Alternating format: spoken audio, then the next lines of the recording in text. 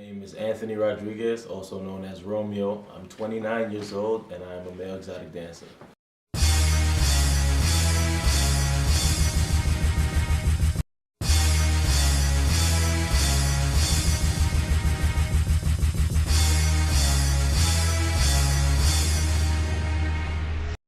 Y'all know his name?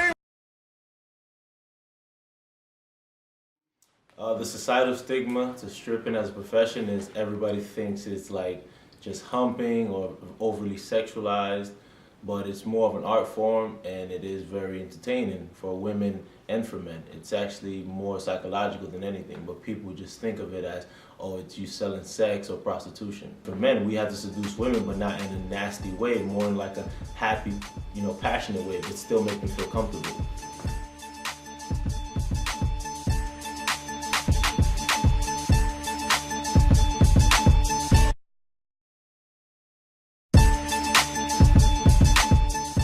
But I always try to, in my shows, to elude the sex part, but not do the sex, because I feel like it takes away from the fantasy. So growing up, what did I want to be, and as far as did I think I was going to be a stripper? I didn't think that I was going to be a stripper at all, right? But I didn't know what I wanted to do. I did like general studies, and then I started getting into fitness and working out because I played college sports. And so I thought I was going to be a trainer, and I went down the trainer route. And I was just so happy to get that degree.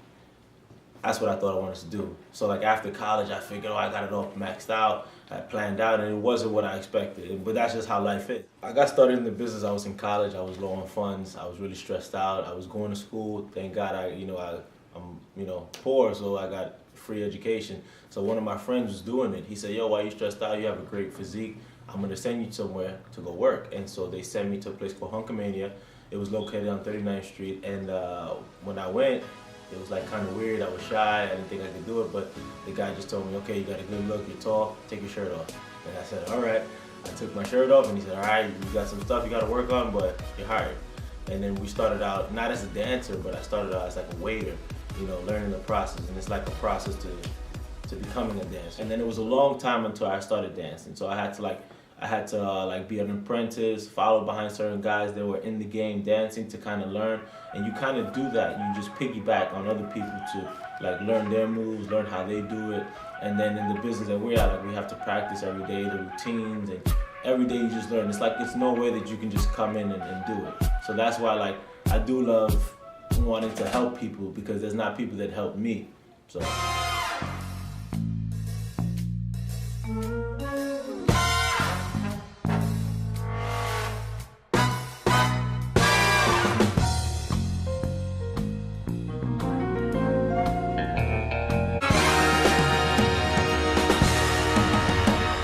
Out there that need help with it, fitness, like learning dance moves, how to be more sexy.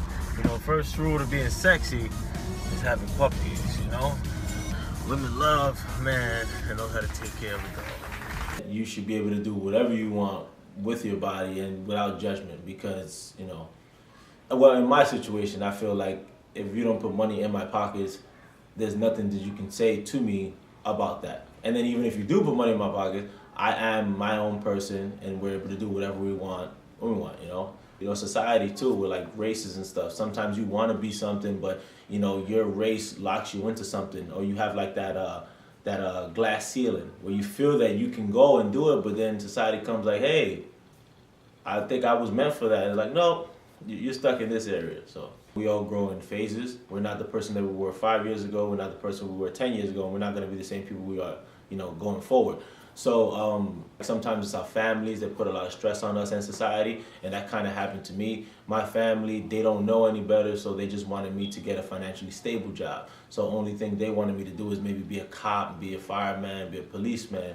I mean, it's funny because I am those on the weekend. I see stripping, I see it as like anybody who's like a promoter or anybody who runs their own business, because it's just what it is. When you look at it, they say, "What are you?" I'm a sole proprietor. Doesn't matter what you are, you're gonna take it the same way doesn't matter if you're a stripper. You have to just take it serious. So, and in this society, when you don't grow up with anything, you just want something steady, even if you're not happy in it. And there's so many people doing stuff that they're not happy with because society forces them to do it. There's people on Wall Street that's killing themselves because they're chasing a dream that's monetary. There's people that's working all these 9-to-5 jobs, sometimes not because they want to, not because they need it, they just don't know any better. And it's like a closed-mindedness. So when you get to open your mind and just do whatever you want, it's better.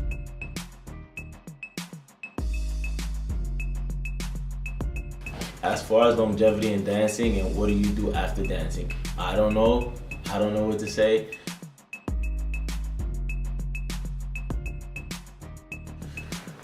What would I say to people who have a negative view of stripping? I would say that they need to open their mind and stop being closed-minded. Like I said, it's a business just like anything else, and we connect with people on different levels. It's just a stigma. That's it. Maybe whatever you saw on TV or whatever you've seen from strippers, that's your negative stigma. And every day when I work, this is why I love my job, I always try to end that stigma. I want them to say, you know what, I had a stripper, he was not just like any of them else. He was a great performer, he was sexual, but he treated us great.